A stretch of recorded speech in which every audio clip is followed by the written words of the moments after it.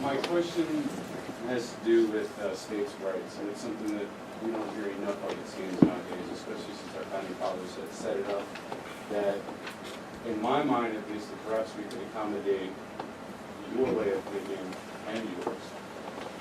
In your mind, considering states' rights, would it be feasible to have a completely anarcho-libertarian state as well as a socialist state if that's the way the state constitution was written? Well, I'd just like to start by saying that an anarchist society would not be a state. It's like impossible to have both. A state is like a group of people who initiate force against a geographical area, and that's just antithetical to what anarchism is. As far as the idea of states' rights, well, I got two kind of things I'm thinking of. One is that if you had a voluntary society, you could have a community where they had a little constitution and wanted to follow it. As long as you could voluntarily leave it, that's fine in a voluntary society.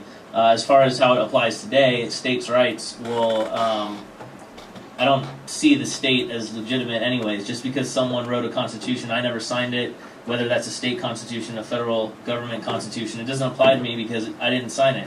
Now, there's people out there who use that as a legitimate means to use force against all of us to collect taxes or take property through eminent domain, but it's just not legitimate, and there's no authority. If I don't give authority to take something from me, then it's theft. Yeah, and I'd like to add something too that just seems to, either I'm not communicating it well or it's just not getting through.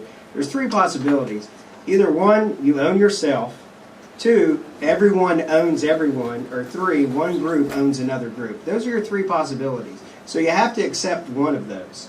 And you know, if everyone owns everyone, then I got to go get permission from the billions of people in the world to go use the bathroom or to get dressed, and they have to do the same. If you have a one group that owns another group, then they have to get permission to do from the ruling elite in order to do whatever, and they're forced to do whatever the ruling elite decides. Or you own yourself, 100% and completely, and no one has any legitimate claim to extract anything from you as long as you've gained it without hurting anybody. I don't know why that point seems to be missed, but I just wanted to clear that up. Can I hear a 15-second answer from you? Is that possible? Yes or no? Yes, yes. In a socialist world, do you agree with states' rights and that we should not have cookie-cutter ideas coming from D.C. to force their ideas upon all the states?